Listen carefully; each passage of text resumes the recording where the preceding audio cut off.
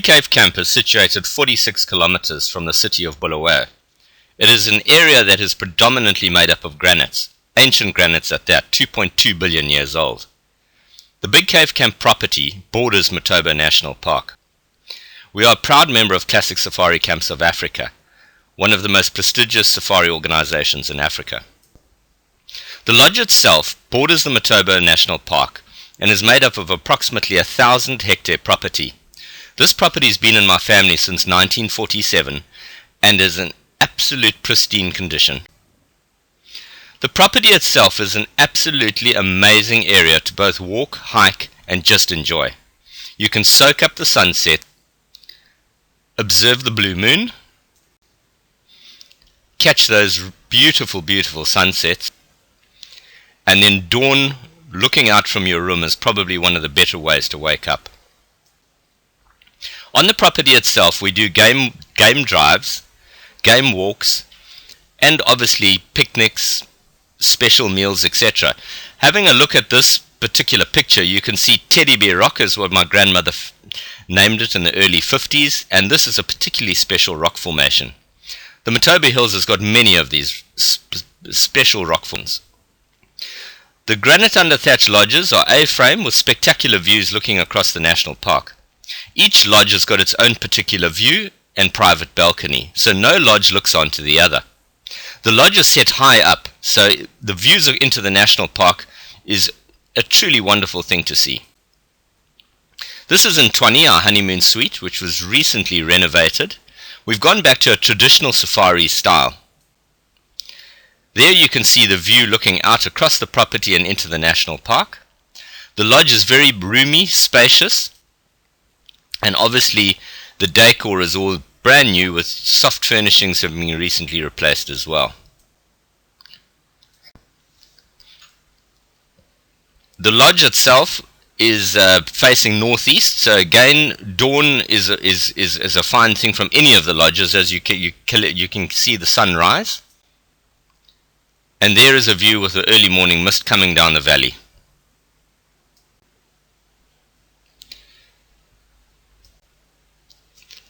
The lodge itself has got a natural rock pool, which we basically created by scooping out the natural vegetation and then literally creating a wall to the one side. So the base of this of the pool is all natural granite and is very, very nice for children to play in. The edges are quite shallow with a deep end in the middle.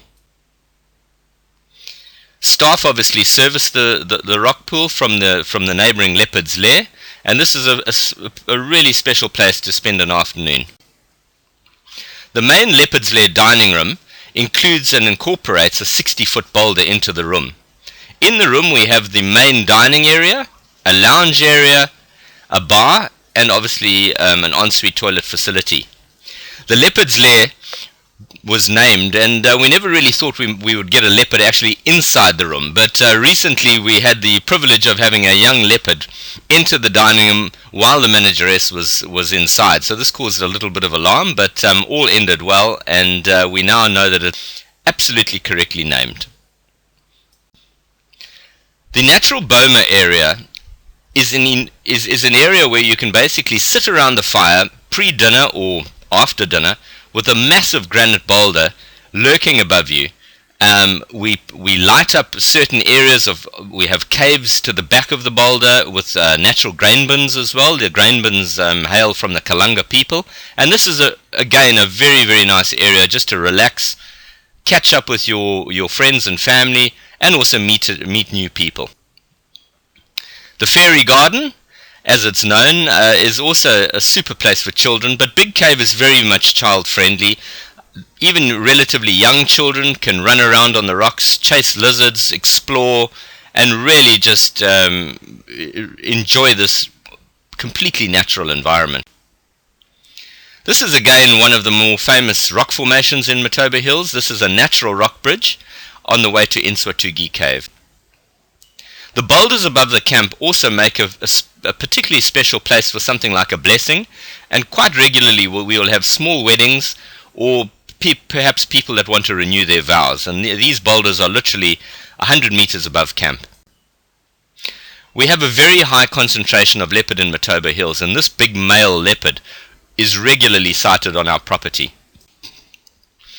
This particular picture was taken by a Swiss client of ours, and as you can see, he is an absolutely beautiful cat.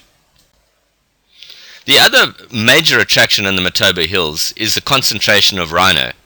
We have both white rhino and black rhino in the park. The white rhino one can approach quite close in terms of both on foot and from vehicle. The black rhino obviously are slightly more aggressive, so we don't get as close, but certainly the white rhino you will get wonderful photographic opportunities. And there again, viewing the white rhino from a vehicle. Ian Harmer is our specialist guide. He's been guiding for 30 years in Matobo Hills, and there he is explaining to Chris Allen exactly what is going on with this black rhino bull that died about 5 or 6 years ago of natural causes.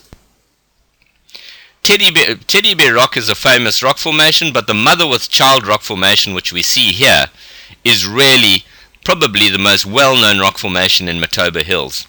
This rock formation is in the Horvey Game Park. The rock art in Matopos is probably one of the most spectacular and special features. The Matobo Hills being a World Heritage Area as well. The World Heritage status is primarily based on the cultural aspects, and obviously rock art and the Indabele culture are the two major reasons that we achieved the World Heritage status.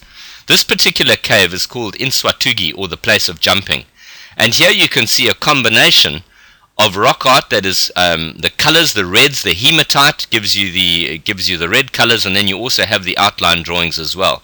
This rock art dates back 1500 years to 2000 years. Again, another picture of Inswatugi Cave, and it just shows you how precise the animals are. You've got a kudu cow and two daika to the far left, and then obviously there's also the whole spiritual aspect where you have depictions of the Bushmen in trance. So you will have generally the figures will be stooped and the ngum or power will be coming out from the shoulders. This particular drawing of a reticulated giraffe is probably one of the more well-known paintings.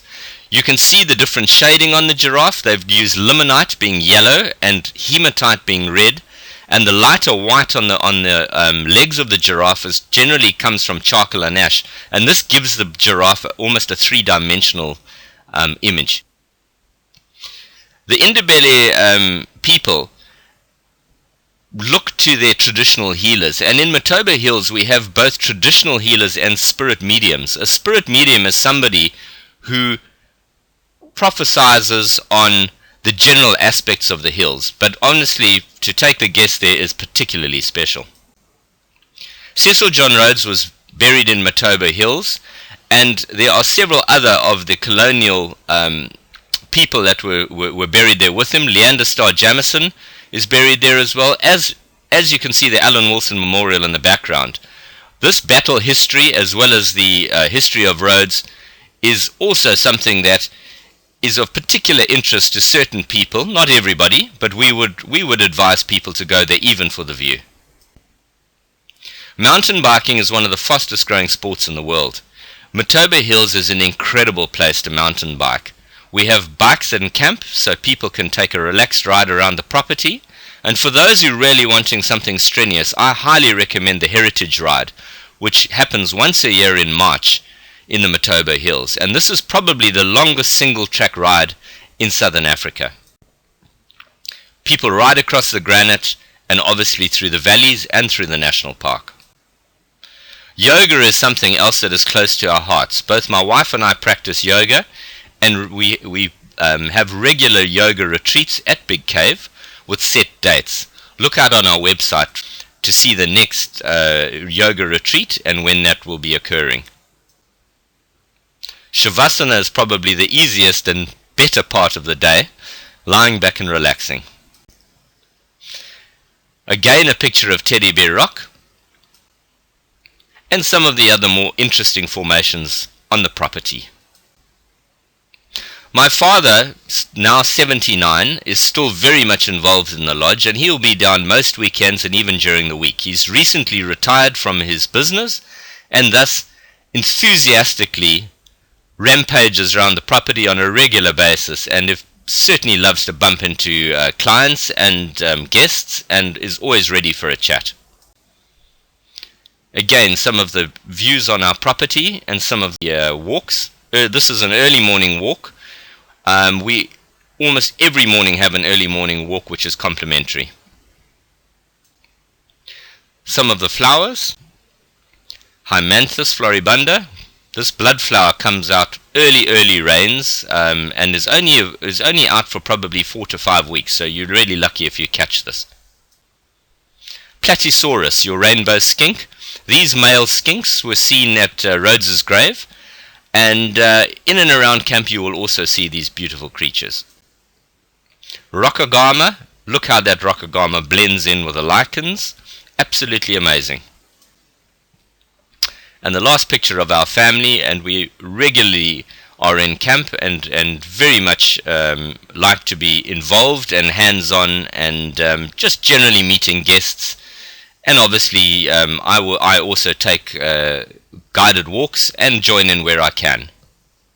Thank you very, very much, and thank you for paying attention and listening to our presentation.